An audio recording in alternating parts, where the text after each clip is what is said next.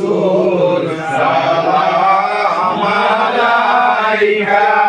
ইয়া হাবিব সালাম আলাইকা সালাওয়াতুল্লাহ আলাইকা নবী আপনাকে সালাম বংশধর আসহাব